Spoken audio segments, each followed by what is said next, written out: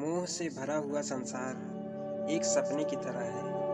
यह तब तक ही सच लगता है जब तक आप अज्ञान की नींद में सो रहे होते हैं। जब नींद खुलती है तो इसकी कोई सत्ता नहीं रह जाती है।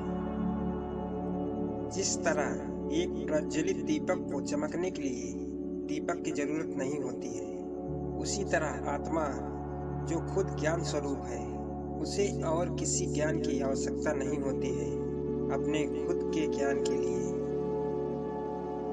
तीर्थ करने के लिए कहीं जाने की जरूरत नहीं है। सबसे अच्छा और बड़ा तीर्थ आपका अपना मन है, जिसे विशेष रूप से शुद्ध किया गया हो।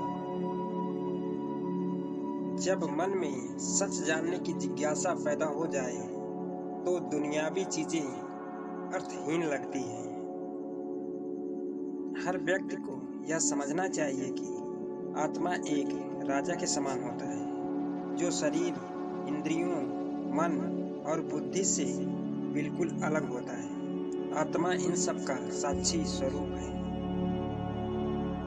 अज्ञान के कारण आत्मा सीमित लगता है, लेकिन जब अज्ञान का अंधेरा मिट जाता है तब आत्मा के वास्तविक स्वरूप का ज्ञान हो जाता है। जैसे बादलों के हट जाने पर सूर्य दिखाई देने लगता है।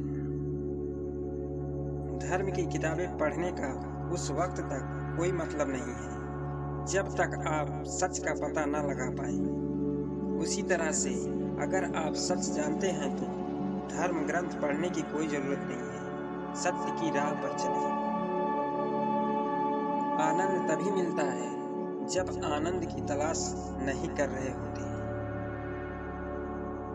एक सच यह भी है कि लोग आपको उसी वक्त तक याद करते हैं जब तक सांस चलती है। सांस के रुकते ही सबसे करीबी रिश्तेदार, दोस्त, यहाँ तक कि पत्नी भी दूर चली जाती है। आत्म संयम क्या है? आँखों को दुनियावी चीजों की ओर आकर्षित न होने देना और बाहरी ताकतों को खुद से दूर रखना। सत्य की कोई भाषा नहीं है। भाषा सिर्फ मनुष्य का निर्माण है, लेकिन सत्य मनुष्य का निर्माण नहीं है, आविष्कार है। सत्य को बनाना या प्रमाणित नहीं करना पड़ता है, सिर्फ उसे उजागर करना पड़ता है। सत्य की परिभाषा क्या है? सत्य की इतनी ही परिभाषा है कि जो सदा था, जो सदा है और जो सदा रहेगा। जय हिंद, वंदे मातरम।